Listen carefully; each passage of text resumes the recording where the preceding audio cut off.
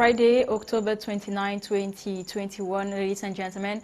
It's exactly 10:30 a.m. and time for Prime Flash on My Media Prime with me, Audrey Zatsa. Inhabitants of Njimum subdivision, Nun division in the West region have written a letter to the Defense Ministry, Secretary of State in charge of the National Gendarmerie and Minat, demanding that two administrators who hail from the English-speaking regions of the country be sacked. In the letter, they say the administrators are hiding separatists in their community and are no longer safe. PBF computers are set to be sold on the black market in the Central African Republic. The alert of this contraband was given recently by the data journalist Paul Tamnjong in Bangui. According to him, the laptops offered to meritorious university students in Cameroon by President Paul Biya are on sale in the Central African Republic at a sum of 40,000 francs CFA. It should be noted that last April, two students from the University of Yaoundé were accused of making away with close to 400 PBF computers from the university's remaining stock and brought to justice. Chiefs in Limbe organized a send-off party to bid farewell to the outgoing divisional officer for Limbe 1 subdivision. The event was attended by administrative, political and religious or traditional authorities in Limbe 1 municipality. Kuma Honore. Send-off party of the outgoing divisional officer for Limbe 1 subdivision. The outgoing divisional officer for Limbe 1 subdivision, Acha Gilben Quenti, has been described as a man of honesty and integrity, one who administered the population of Limbe 1 subdivision with love and integrity. These words to describe the civil administrator were echoed during a send-off party organized by the Royal Chiefdom of Limbe to bid farewell to the Acha Gilben Quenti, recently promoted as Secretary General to the Southwest Governor's Office. Speaking during the event, the paramount ruler-elect of Limbe Chiefdom, His Royal Highness John Elufa Manga William, noted that for 2 years, the Royal Chiefdom of Limbe have had near-perfect relationship with the divisional officer. He was always present in all our activities, even when we informed him within a very short notice, the paramount ruler added. He thanked the outgoing divisional officer for standing by the Royal Chiefdom in times of difficulties and challenges, especially when quarter heads clashed with security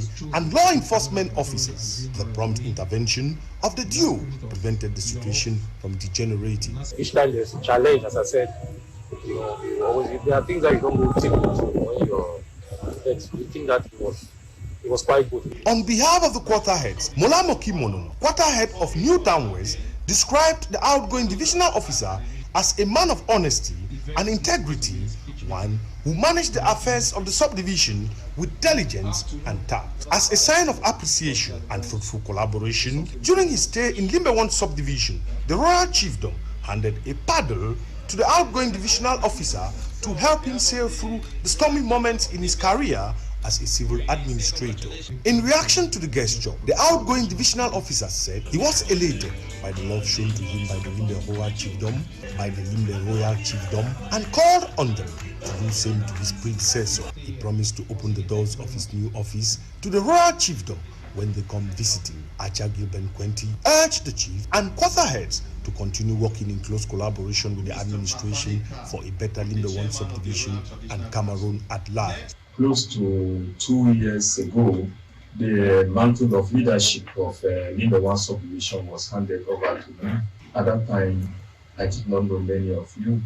It was in writing or in conversation that I knew we had quarter heads and they could do this, they could do that. But over the years, these persons, they not only became quarter heads, members of Royal Traditional Council, they will form a family, and which I want to thank you. The event also witnessed the presence of the divisional officers of Limbe 2 and Limbe 3 subdivision, as well as the Learned State Council of Limbe. They all described the outgoing divisional officer as an elder brother and one who worked with them with much love, respect, and always gave them advice. 37-year-old Mayon Gilbert has been installed as the new senior divisional officer for Biu Division. He was commissioned into office recently by Governor Adolphe Lele Lafrique Fontquinta. The new senior divisional officer for Bui Division in the northwest region of Cameroon, Mengong Gilbert, was on Wednesday, October 27, commissioned into office at the Tobin Municipal Stadium. The new administrator was charged by the governor of the northwest region, Adolphe Lelafrique, to mobilize the population in order to bring back peace in the entire Bui Division. 37-year-old Gilbert Mengong was equally called upon to use his experience and ensure maximum collaboration between law enforcement officials and the population, return of all Bui indigents who have fled home due to the crisis, and lastly to appeal to youths of Bui who have picked up arms to drop their arms and join the DDR centers that is currently accommodating over 600 youths. Speaking at the ceremony, the mayor for Kumbo, Dr. Mborang Vanashus, presented some of the challenges they face, ranging from insecurity created by the crisis, lack of social amenities, with hopes that the newly installed administrator will put an end to these problems. Gilbert Mengong Sunday, before his appointment as senior divisional officer for Bui, was the divisional officer for Kumbo Center, a post he occupied for 2 years in a division that has been described as the epicenter of the over 5-year socio-political crisis in the northwest region of Cameroon. Gilbert Mengong Sunday takes over from Harry Lanyo, who has been moved to the west region as senior divisional officer of Opencam Division. Some African women, amongst which are Cameroonians confined in Lithuania, a country in Europe, have decried living conditions in the camp, calling on competent authorities and human rights organizations to look into their situation. In an amateur video, the women say they are victims of racism in the country. Let's have an excerpt of this. There are a lot of stuff going on in this camp who we need to make the world know, and all the things that are happening. Firstly, the maltreatment. Secondly, the racism. Thirdly, pregnant women are dying. There are sick mothers in here. There's our sisters who can barely come out. You see the population in this hall. This is not all the African women in this camp. But because of 1 or 2 reasons, all of them couldn't get out of their beds because they're very sick. And when they are sick, and when we are sick, the only thing we get from the health facility is ibuprofen. No matter what your illness is, even if you have been taken to the hospital, they have nothing to give you but ibuprofen. So we are here to make a point today, known to the world, that all this needs to stop. We need human rights. We need the African organization, the women empowerment organization, to see into this situation, because we are really going through a lot. A prospection meeting took place in Yaoundé recently between Brazilian economic operators and Cameroonian entrepreneurs. The meeting, organized by the Embassy of Cameroon in Brazil, was supervised by the Investment Promotion Agency. Details in the following report. A delegation of Brazilian investors, led by the Brazilian ambassador to Cameroon, Vivian Los San Martin, is in Cameroon since October 23 for an investment prospection mission.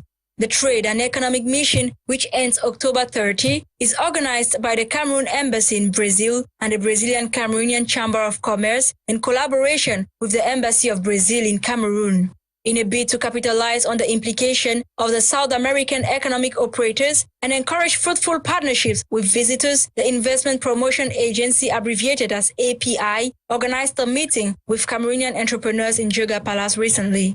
Amongst the Brazilian delegation center of interest are transformation of timber, tourism, and agriculture. They were interested in certain areas, agriculture, things like transformation of timber into finished products. They were interested in things like the transformation of residues, plastics, and stuff like that. They were interested in areas like tourism and, mines.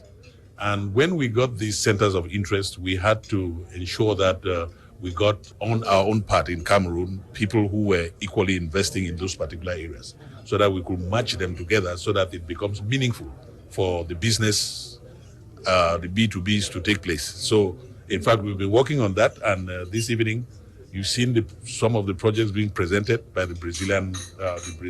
They presented to Cameroonian operators the Brazilian know-how and potential, notwithstanding how to invest in long-term agricultural projects. Some more details on how to acquire agricultural land and how to invest in long-term agricultural projects which you have today, because some of them, the Brazilian group which is here to invest in agriculture is looking at a very big vision on agriculture, from soils, trying to fix our soils back into what it was, to the production of seeds, the whole value chain of agriculture, which has to be seen in a holistic way. A meeting appreciated and of high importance to this young entrepreneur. This meeting is important for us in the side of partnership with those Brazilian enterprises, because the solar energy is very, very important in our country today, especially for a rural region who does not have energy.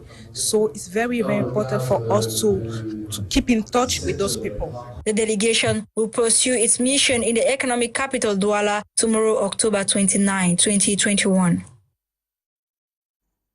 We stay in the political capital, where Cameroon has benefited from support granted her by France in its fight against malaria. The laboratory dedicated to the research on paludology was inaugurated by a French ambassador to Cameroon, Christophe Guilou. Eileen Sama.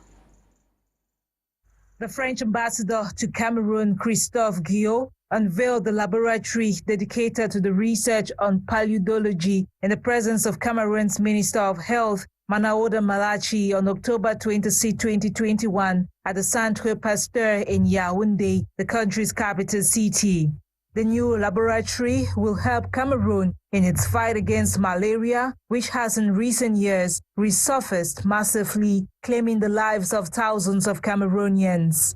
The Director General of Centre Pasteur Yaoundé, Dr. Merdat Kazanji, speaking at the event, pointed out that malaria is a major public health problem in the country, which needs to be tackled as a pertinent health crisis, while highlighting that in 2020, 11 million cases were recorded and over 11,000 deaths, including 60% of children, according to statistics in Cameroon. However, to Dr. Merdat Kazanji, the laboratory and insectarium, built at a tone of 100 million francs CFA, will provide a response to certain epidemics caused by mosquitoes. On his part, Minister Malachi Manaoda expressed satisfaction for these projects, which to him is an opportunity to develop a biological solution to the anaphylate malaria, which is a silent killer. The health boss also saluted the efforts of the staff at the center, who work tirelessly for the well-being of the population. He reiterated the need for France and Cameroon to maintain the excellent cooperation ties that both countries share in order to meet the numerous challenges that still exist for access to quality health care. It is worth noting that the laboratory is an entomology platform intended to study insects that have an impact on human health. And for the record, Cameroon is among the 11 countries in the world that pays the heaviest price to malaria. This is according to the World Health Organization, WHO. And out of the country, the Sudanese army, in cooperation with police, have reopened some bridges and streets in the Sudanese capital, Khartoum. The roads, which were opened yesterday, October 28, had been closed by barriers set up by protesters in the wake of the military coup on Monday. The reopening of bridges and streets was closely monitored by the armed forces. Though some streets have remained closed, Sudan's military seized power on Monday, October, dissolving the transitional government as after troops arrested the prime minister. We have come to the end of today's edition of Prime Flash, and the last for the week. Ladies and gentlemen, thanks for watching. You get more stories in our 6:30 p.m. Prime News with Fon Quinta. Meanwhile, stay blessed in the company of programs on the African Eye. Have a blessed weekend. Bye.